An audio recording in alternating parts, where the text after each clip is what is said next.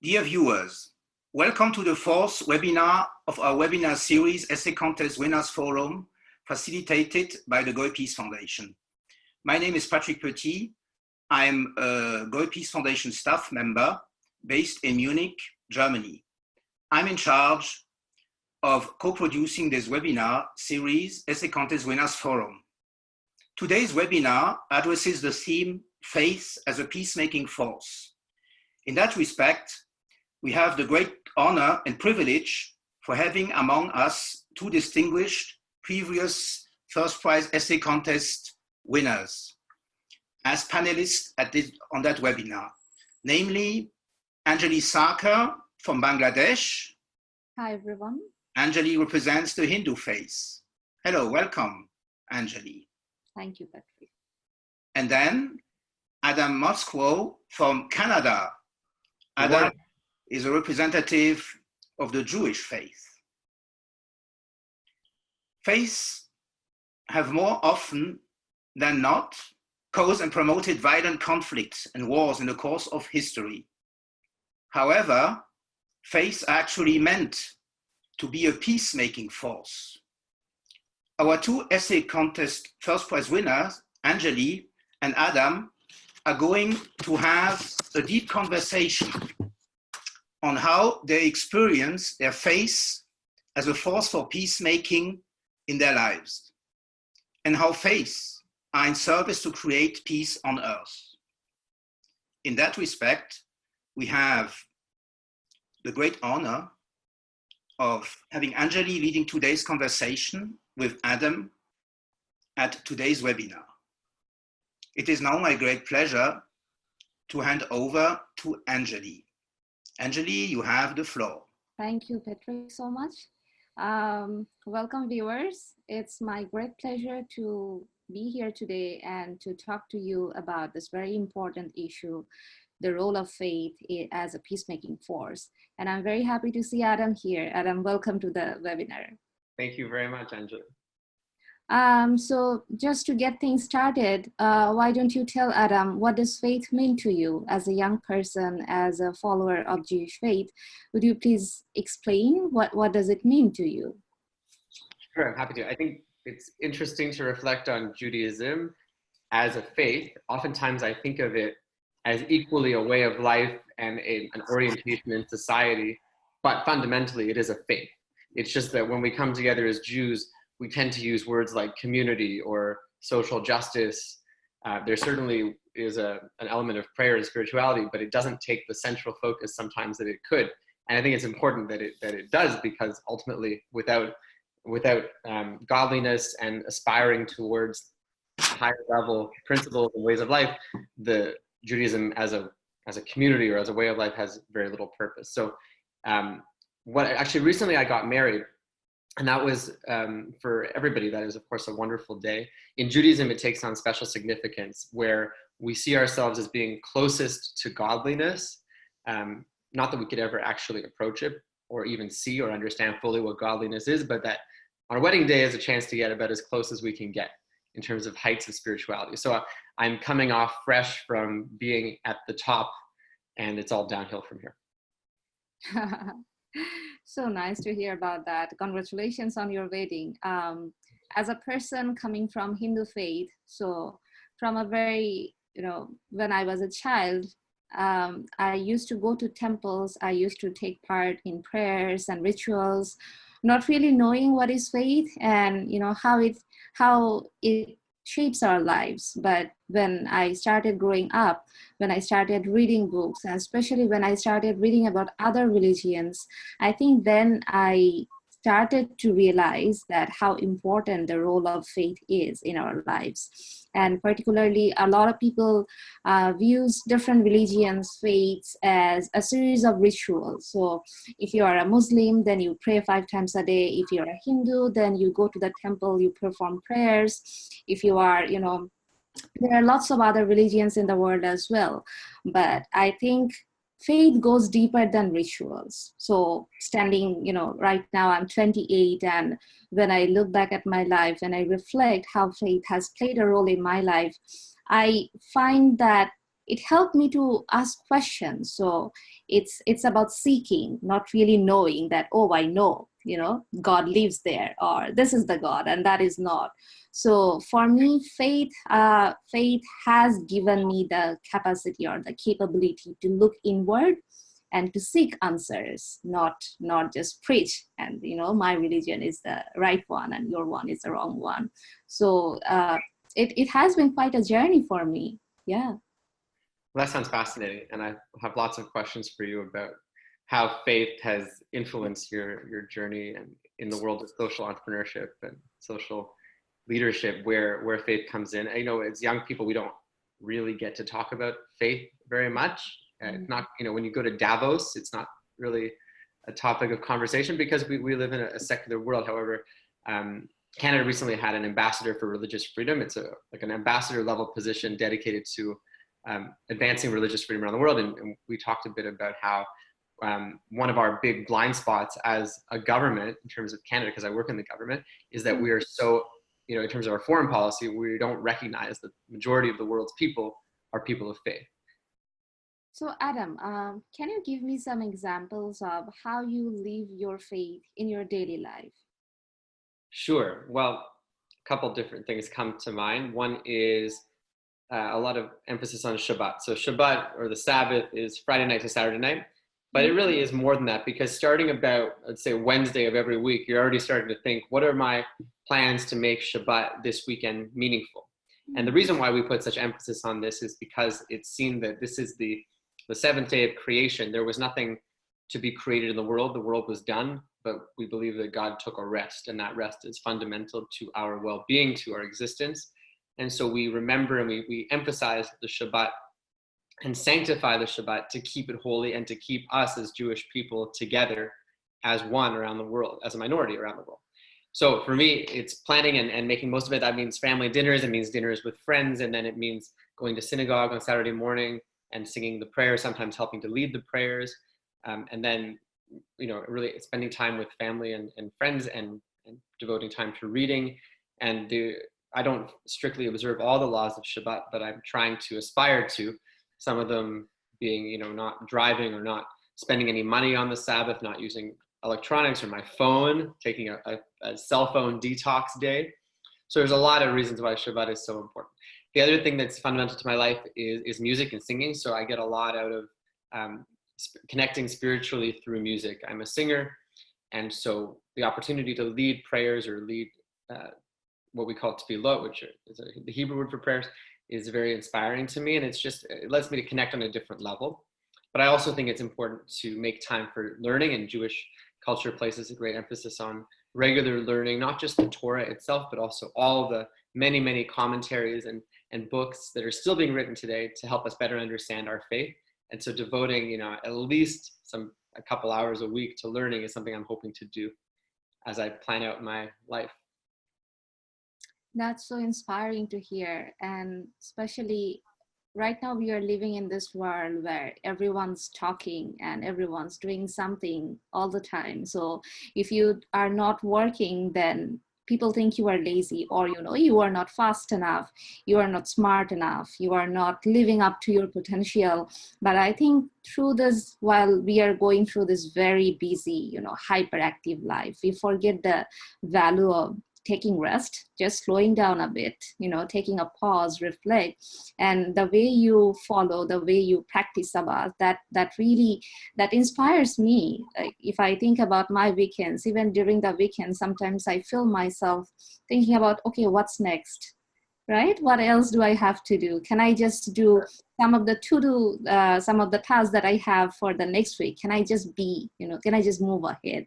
But it really is so important. And if you look around, a lot of people are struggling with work-life balance, because work is getting into life, life is getting into work, and there's no boundary between. So I think that's very inspiring, and that's something, no matter which faith we are following or where do we live in this world, but we can all learn from this. Well, thank you. I'd love to hear more about how you practice faith in the weekly Yeah. life. So for us, there's no weekly ritual like that.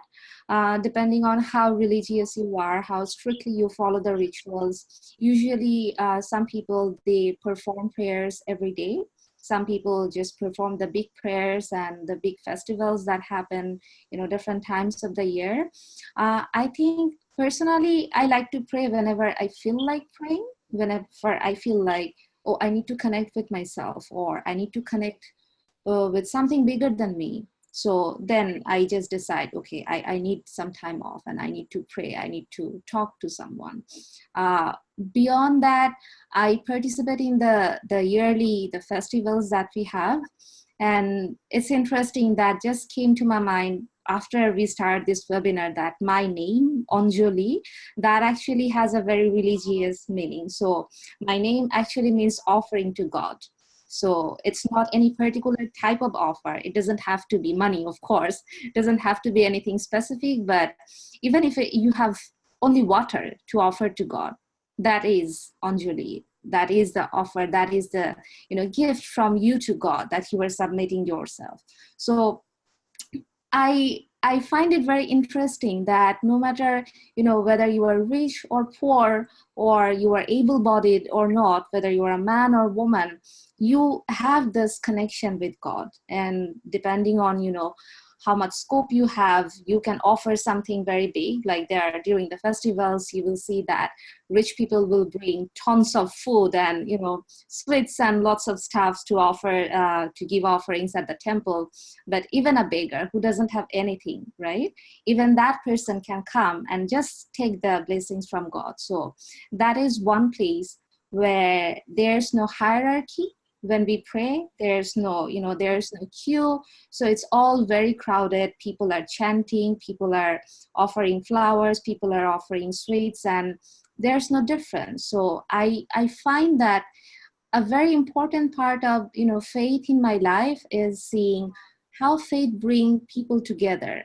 So it's the unity. It's this very strange feeling that no matter our identity or our economic status, but we all are human beings. That's the first identity that we have.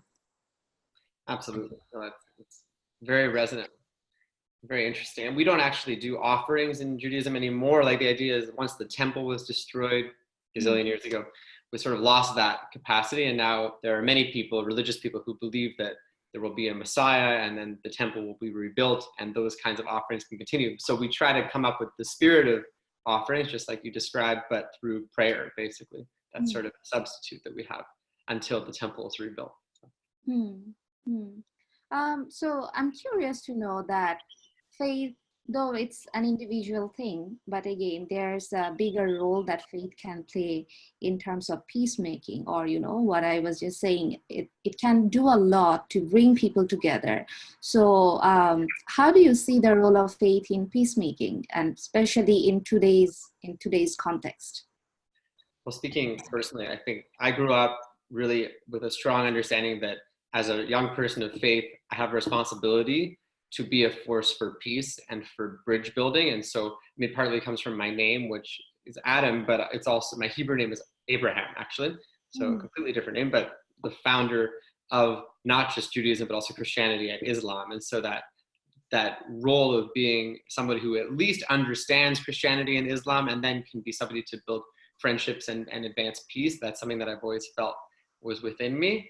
And I still aspire to figure out how to do that while also doing all the other things that come from living and trying to be a young adult. So, but I think that as individual actors of faith, we can have a strong role in peacemaking, but also faith itself can guide us towards peace. I don't know, I've only ever lived in Judaism, and Judaism has no real agenda for spreading itself. There's no proselytizing, there's none of that.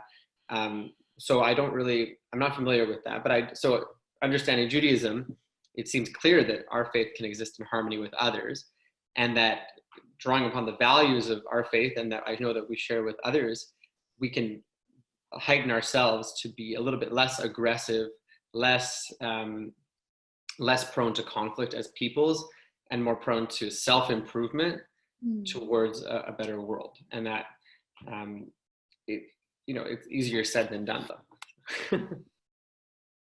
Yeah, I think the concept of conflict in this context is very important, because when I see people, engaging in conflict with each other, or between different groups, or between different cults, different religions, I think that conflict resonates from the idea that you and I, we are different, right?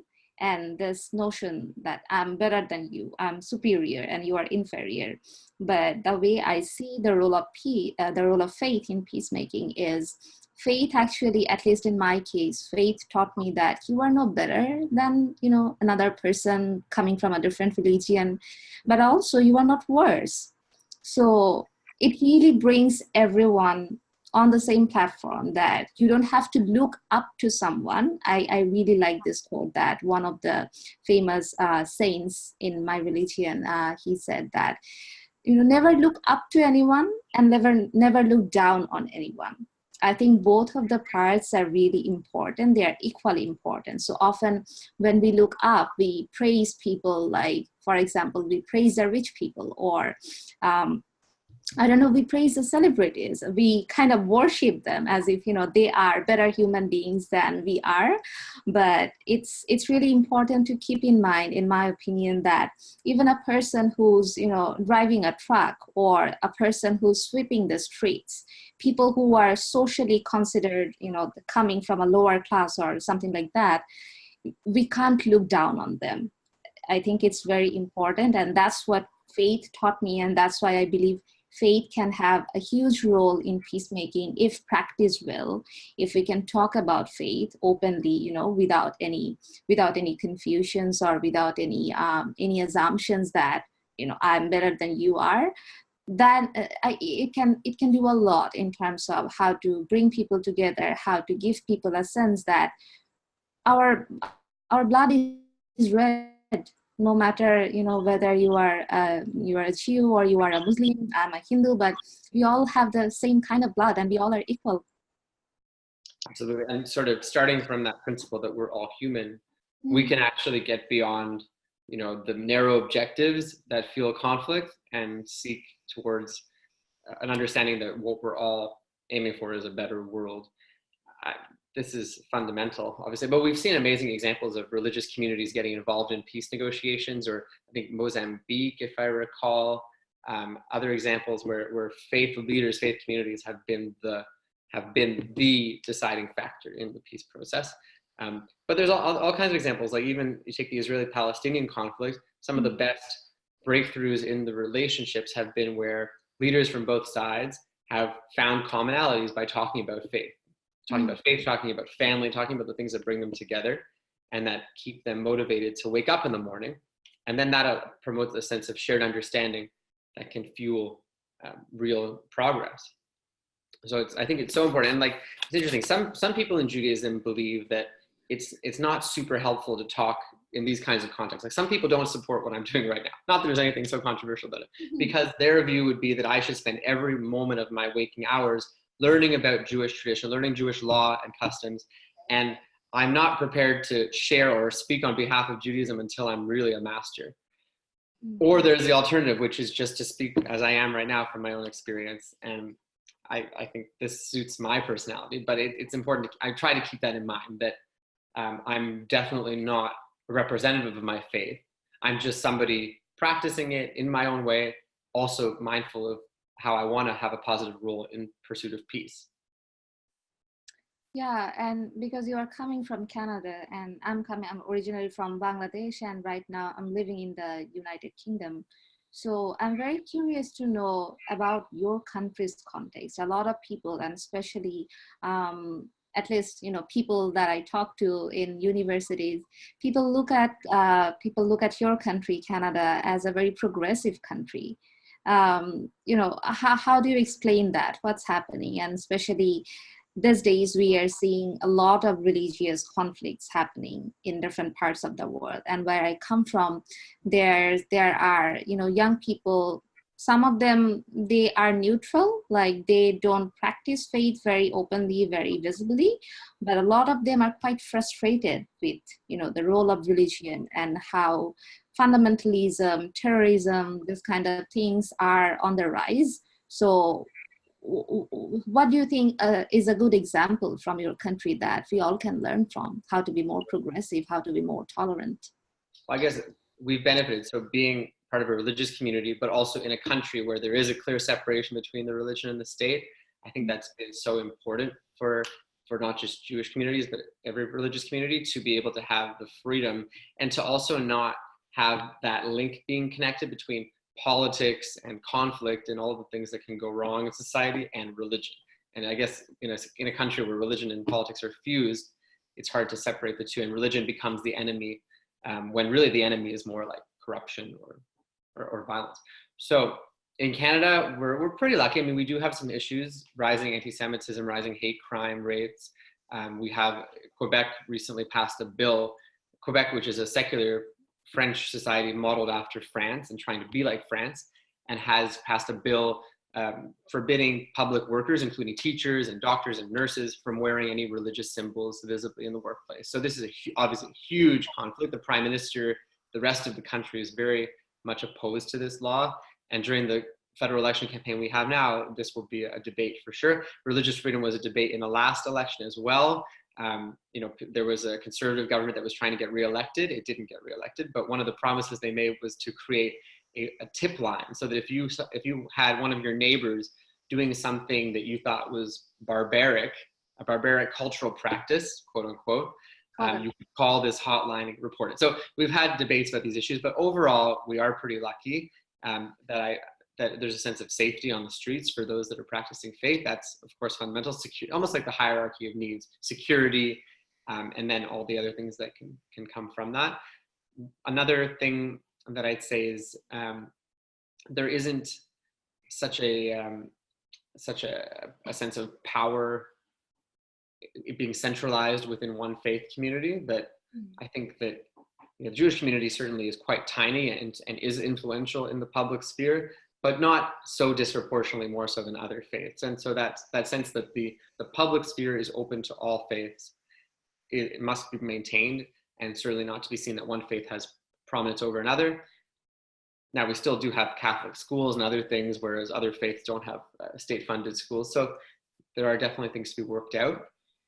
But also, I think Canadians, by and large, many of them are secular or even atheist, but they respect that as long as you practicing your faith doesn't interfere with my peace and quality of life, then go do what you want. And so thankfully, there aren't that many passions aroused by the fact that there are Canadians who practice faith. There's a sense that as long as you do it in a peaceful way, go forth. Right. That's really amazing to hear, because right now we are in this state where different countries are facing different kinds of problems, and everyone's looking for solution. I think these days when we are thinking about young people and how their lives are so grasped by the social media and what they see. So something happens and some people start sharing that on social media, exerts that a bit, and then immediately that creates that the video goes viral and people get crazy. People start talking about each other of different religions in a very disrespectful manner. But I think I can remember from my childhood when I was a kid and I used to live at my home, and most of my neighbors were followers of Islam, because in my country, we are a minority as well. So during Ramadan, when they were fasting, they used to share the evening meal, the iftar, with us. So I think that's simple practice, sharing your food with your neighbor when you have a religious festival or when you have something. I think that simple practice actually made me feel very good about them. Like, more than them, I think I was looking forward to the evening meal time, because I know that there will be like delicious foods coming from the neighbor's house. So I think we can also think about, in little ways, how we can practice faith and how we can practice this activities that bring communities together, that bring two different kind of religions or, different religious groups together. And, the simple it is, I feel that is more effective, because, like, for example, food, who says no to food? So yeah, there are different ways that we can practice. And I think it's, because religion can motivate people to act in different ways, we have to focus and maximize the motivations to act for good.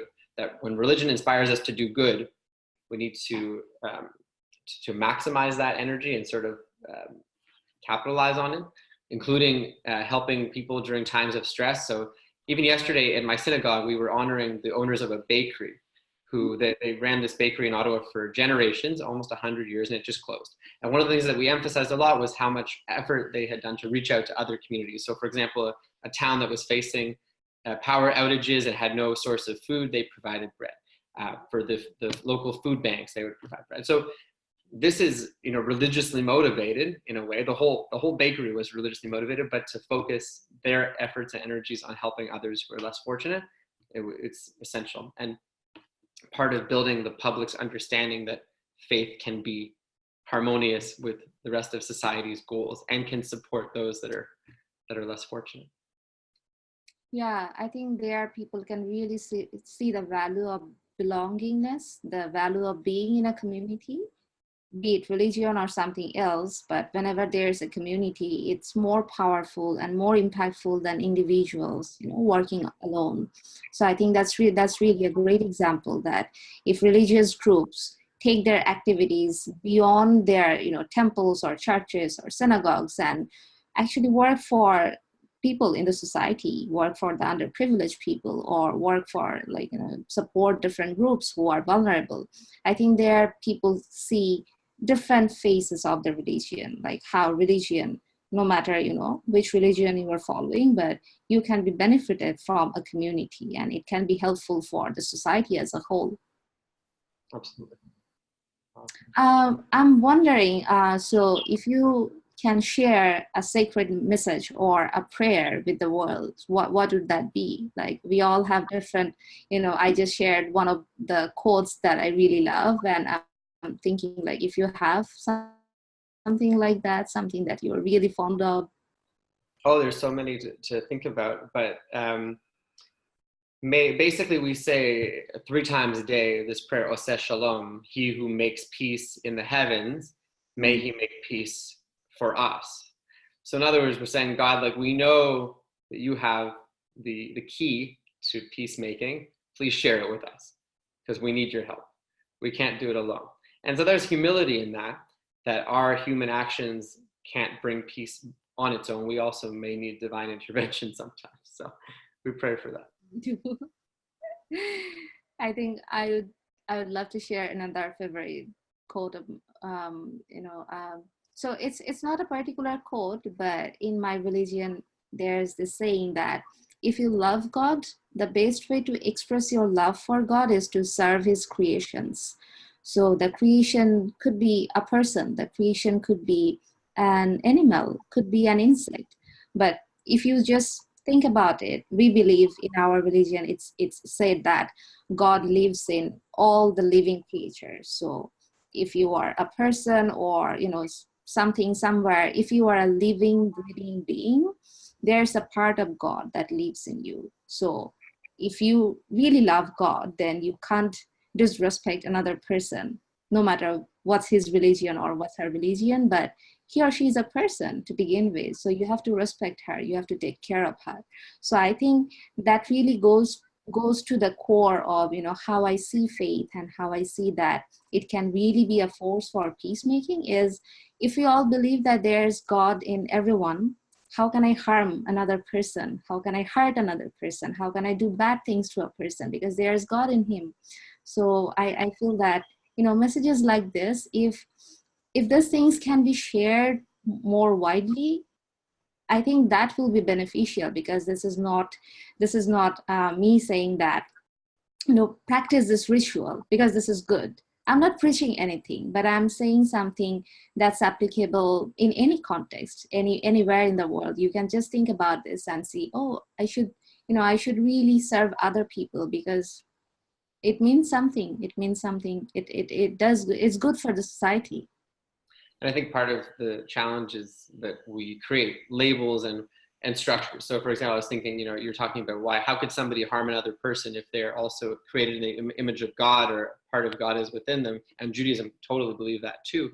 it's because we will label them as the enemy, or that person is an agent of the state or the, some of the body. So we create justifications for not treating them as a full human, and certainly not treating other people as fellow beings created in the image of God.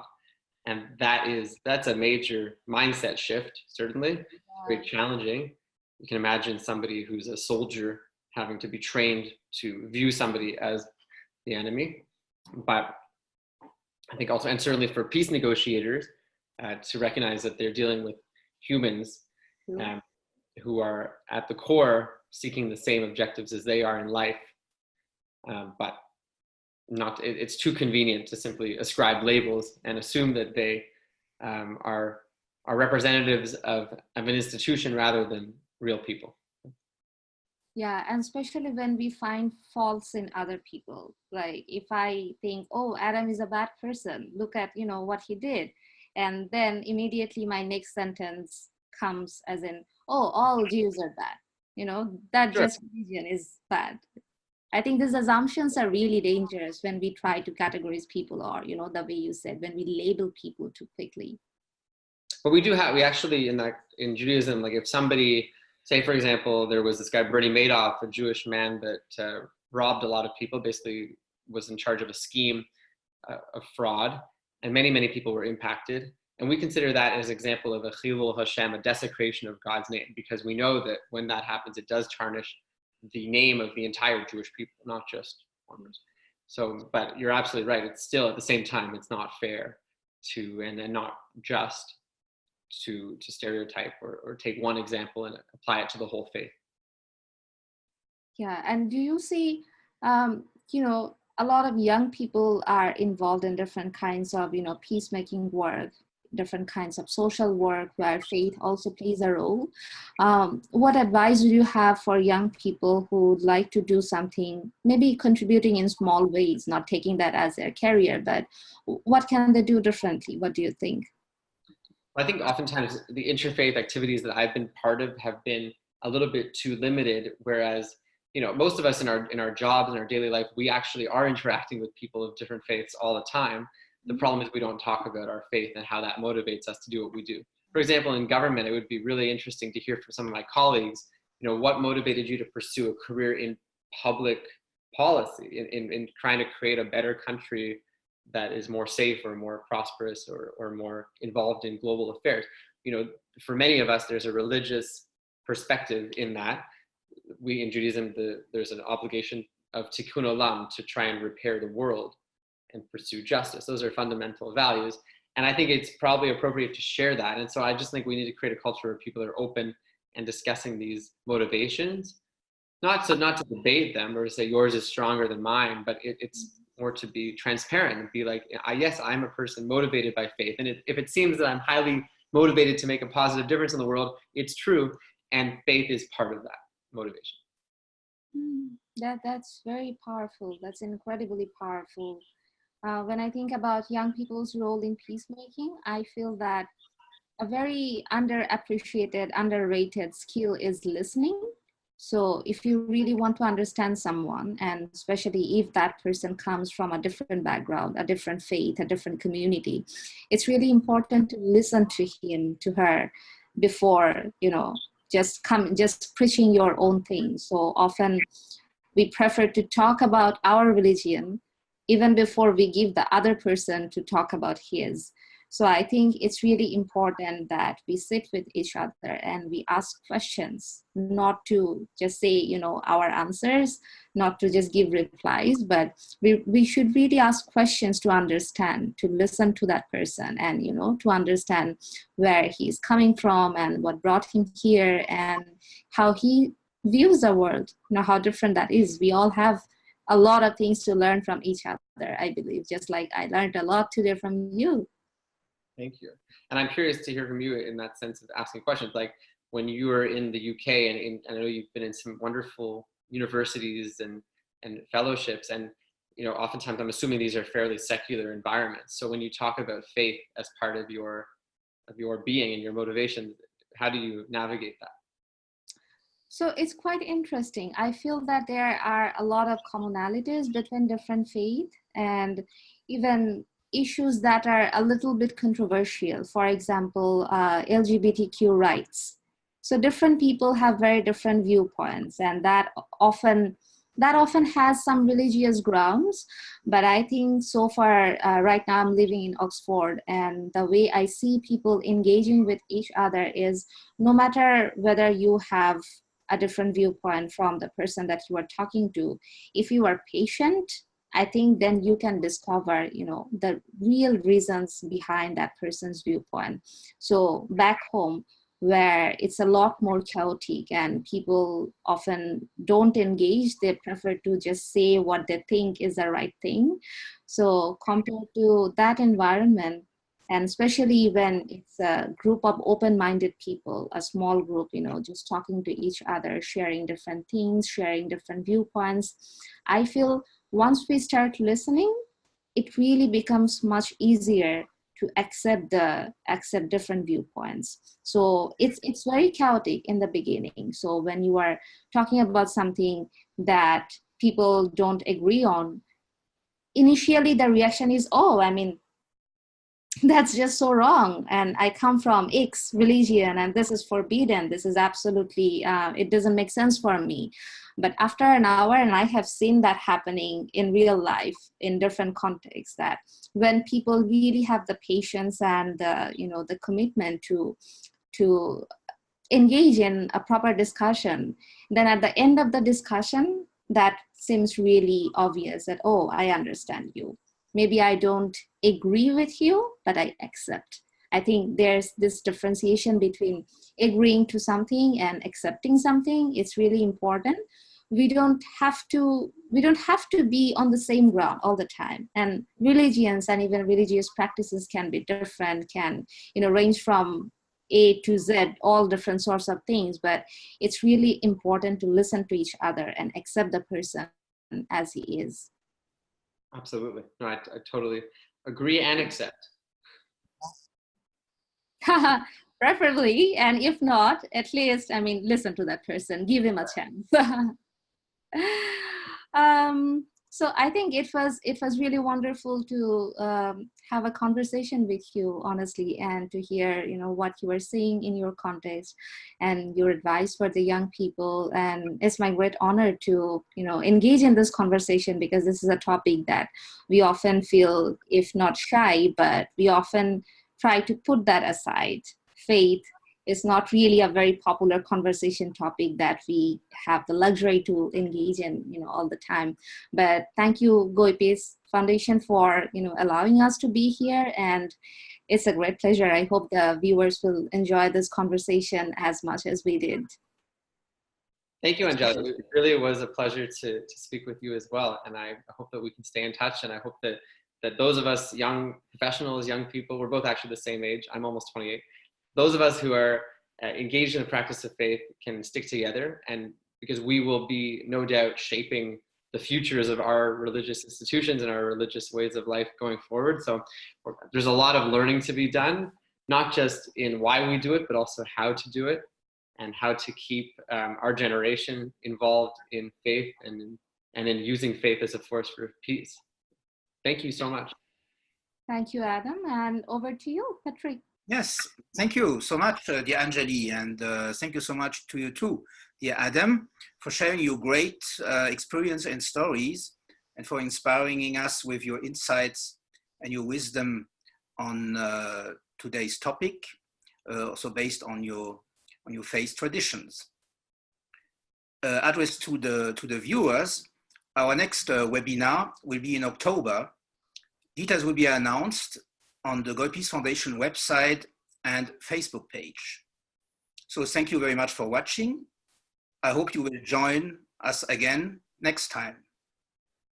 And now comes the moment to say goodbye to our today's speakers at today's webinar.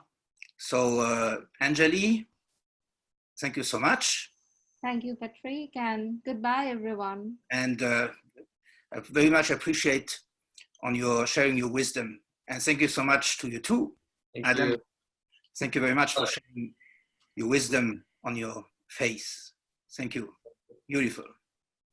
So I hope to see you one day soon and wish you a wonderful day today in Ottawa and in Oxford.